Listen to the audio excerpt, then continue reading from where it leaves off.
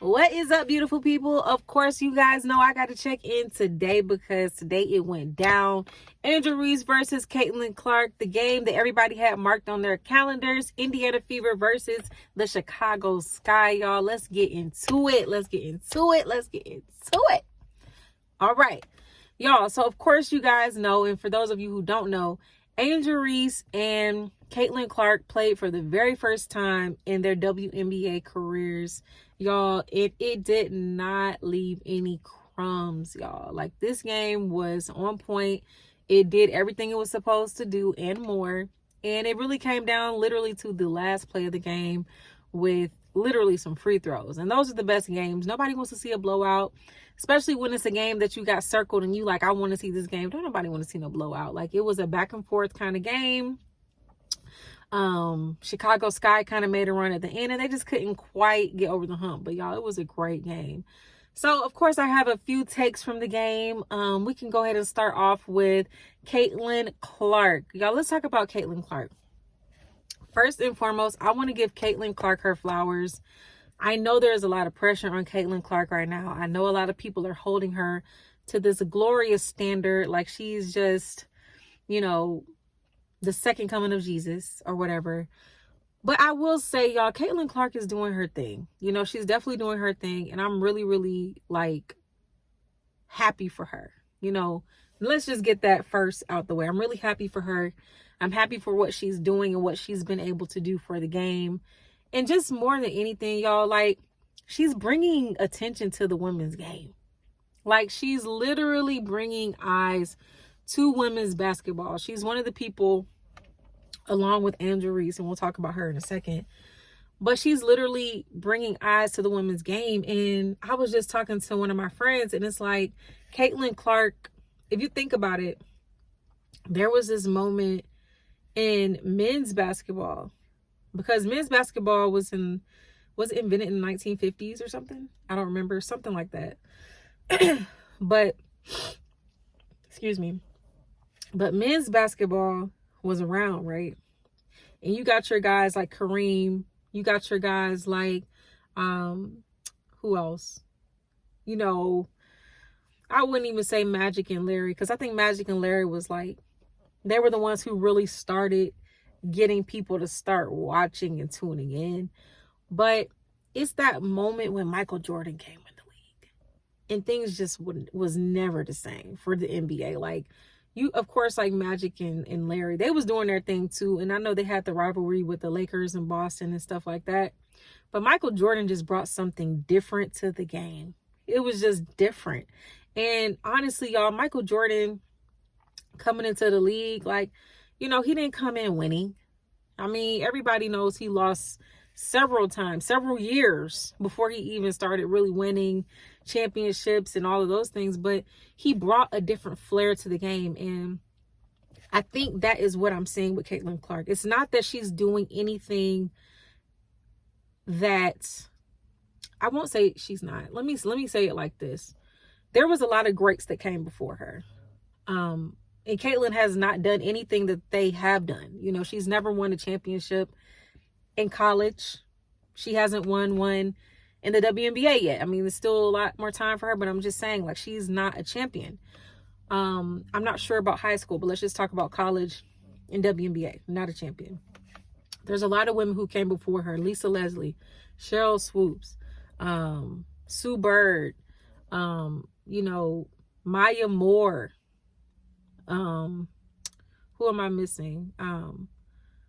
Teresa Weatherspoon, Dawn Staley. You know, there's a lot of women who came before Caitlin Clark who were great. But there's always a point where it's the right time and the right place for things to excel. And this is the right time and the right place for women's basketball. And it just needed that one person to kind of come in and be the face, and it is Caitlin Clark. That's who it is. That's who they chose. And not even that's who they chose, but it's just what happened. You know, like, she is must-see TV. She really is. You know, the way she can shoot logo threes, a lot of people are saying they've never seen women do that. And honestly, there's not a lot of women who's been shooting from that part of the court. That's just facts. A lot of people, I saw one of the guards for the LA Sparks. She did an interview and she was just talking about like, you know, I can shoot threes. Like, I don't like, pretty much just like, I don't really understand what the hype is about, but to me, it's the it factor. Some people just got the it factor. I think Caitlin has the it factor. I think she is, she's going to be great, and she has to earn that, but she is going to be great. She's on a great trajectory. She's already breaking records. I think her and Sabrina Ionescu are the only people to have 150 points, 50 rebounds and 50 assists in their rookie year through the amount of games they've been playing so far. So she's legit, like we can't downplay her, but she does have to earn her keep. But like, Caitlin is that person who is a part of history where we're going to look back and say she is the pinnacle in the beginning of when women's basketball started growing. And it's an exciting time for everybody involved. All the women, they can say what they want to say, but they're going to benefit from this time. It's happening. These women deserve to be able to play in the States and not have to go overseas just to make a decent living. A lot of these women make, I think the minimum salary is like $70,000, and compared to the men, that's a penny. You know what I'm saying? And then they tax that. You got to think about that. So they're really not making any money, which is why a lot of them have to go overseas. It's not life-changing money. And a lot of these women put their bodies in such situations to where I definitely think they deserve more. So what I'm saying is that this is an exciting time. Everybody who's involved in this time is going to benefit from this time. And it's going to only get better. Every year it's only going to get better. But yeah, Caitlin Clark, man, today I think she had a decent game. Wasn't the best game. She was missing a lot of threes, a lot of shots, and just things that she usually, does a lot better with. Also needs to get better with with protecting the ball. She had a few turnovers that were just crazy. But I mean, it's okay. There's a learning curve for her, and I'm here for it. They got the win, so it is what it is. But yeah, Caitlin Clark, I think she's must-see TV, and I'm just excited for what she's doing for the game of basketball. Next, let's talk about Angel Reece. That's my dog. Been loving Angel Reece since college. A lot of people, she's been kind of a controversial player. People don't like her, this and that. I love Angel Reece. She has some moments where I'll just be like, girl, But at the end of the day, I really like Angel Reece, and I think like she is doing what she's supposed to do. She's proven a lot of people wrong. Even me, I didn't know how her game was going to translate to the WNBA. And it's translating very well. Angel Reece is leading the WNBA in offensive rebounds. The WNBA in offensive rebounds. That's crazy. As a rookie, that's crazy. But she knows how to get her position. And my thing is, it's not always about points. A lot of people, when they think about saying somebody's good or not, it's always about points. No, it's not. Like, as you do what you're good at. And you do it well.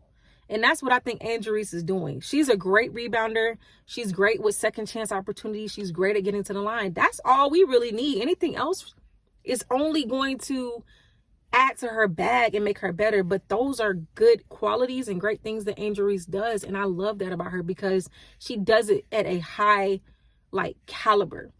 Like, she does it so well to the point where it's like it values your team. Also, if you look at Angel Reece's plus minus, she's always in the plus. Every single time Angel Reece is on the court, she's in the plus, right? And when I talk about plus minus, for those of you who don't know, it's the way you're positively or negatively impacting the game.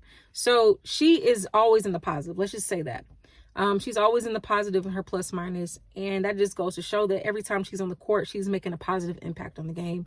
So numbers don't lie, man. Angel Reece is doing her thing. I really, really love what she was doing today. I was watching her, just fight for those rebounds. I was looking at her positioning, and she's just elite at it already. So I can imagine where she's going to keep growing into, and it's just exciting to see. But y'all, this game was must-see TV. It lived up to the hype. I was super excited to watch the game, and literally, I mean, I'm not gonna lie, I did want the Sky to win, but at the end of the day, y'all, I can't ask for anything better than that. And truthfully, I like both of the teams, to be honest. Like, I like Aaliyah Boston and Caitlin. I like the Sky with Angel Reese and Cardoso. And that's another thing. Cardoso came back. She's a beast too. That's what I'm saying. Like, y'all, this it's only going to get better. Next year, Paige is coming into the league. Juju, you know what I'm saying? It's a lot of people on the way, especially with like the way like the trajectory is going. Man, it's gonna be exciting to see. And really too, it gives you a chance to see other players who you might not have really paid attention to. Like, for instance, for me, for the Atlanta Dream, Alicia Gray. She has become my favorite player. And this is my first time, I can honestly say, really paying attention to her. I know she played with Dawn Staley back with South Carolina when Asia Wilson and them won that championship. But like, I hadn't really paid attention to her, you know, in the WNBA. But now watching, I'm like, oh, she's my favorite player. And she plays with the Dream. I love Rakia Jackson. I like Tyus Parker. You know, man, what's the other girl's name? Anyways, but yeah, those are the people, those are my girls, man. I really love watching. And it's like, I'm not just watching Caitlin. I'm not just watching Angel. I'm watching the Dream. Like, I'm watching, you know, the Liberty, the Aces.